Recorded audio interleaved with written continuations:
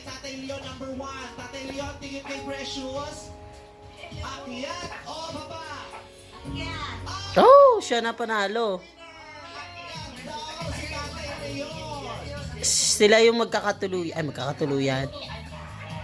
Tatay Leon, dahil kayo po nasa pinakatuktok, kayo po ang magiging kamatch ni Nanay Precious. Okay ba yun, Nanay Precious? Okay po. Siya talaga ang choice mo? Alam ko. Bakit?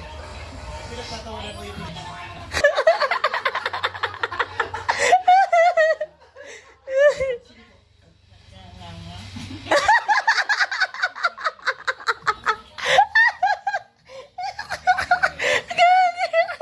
Ay, kasi nagkangangalaw. Iyon niya yung gusto niya eh. salamat po kayo.